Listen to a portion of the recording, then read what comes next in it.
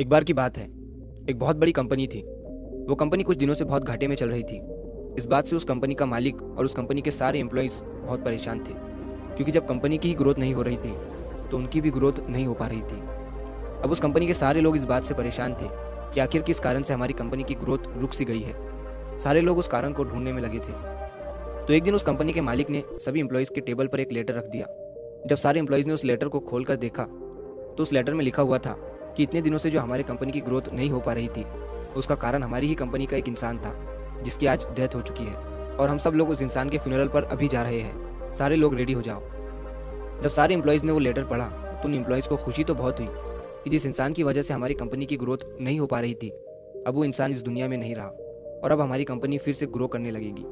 लेकिन वो सारे लोग थोड़ा दुखी भी हुए कि जो भी था तो हमारी ही कंपनी का इंसान, और आज उसकी डेथ हो चुकी है। तो उस कंपनी के मालिक ने सारे एम्प्लॉयज़ को एक जगह जमा किया और वो सब मिलकर उस इंसान के फ्यूनरल पर गए। वहाँ पर एक बड़ा सा हॉल था और उस हॉल के बीच में एक कॉफिन रखा हुआ था। अब उस कंपनी के सारे एम्प्लॉयज़ एक एक करके उस कॉफिन के पास जा रहे थे और उस इंसान को देख रहे थे। सारे एम्प्लॉयज़ ये देखने के लिए उत्सुक थे कि आखिर वो इंसान कौन था।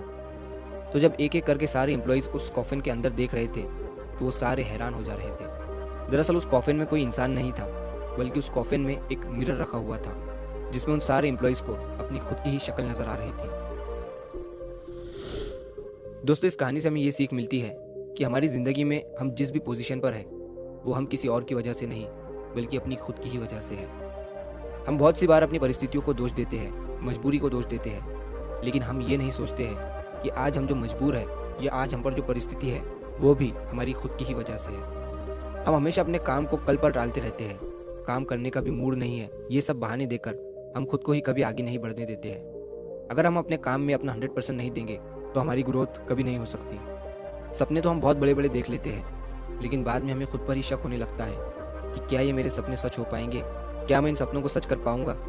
ये शक हमारे दिल में इसीलिए पैदा होता है क्योंकि हमें खुद पता होता है कि मैं अपना सारा दिन किन चीज़ों पर लगा रहा हूँ। हमें रोज़ रात में गिल्ट महसूस होता है कि मैंने आज का दिन भी बर्बाद कर दिया, वेस्ट कर दिया, और काम के नाम पर कुछ नहीं किया। अगर आप भी चाहते हो कि आपको वो गिल्ट महसूस ना हो तो आपको उन बहानों को साइड में रखकर अपने काम पर फोकस करना पड़ेगा। और वो कहते हैं ना कि मेहनत इतनी खामोशी से करो कि कामयाबी शोर मचा दे।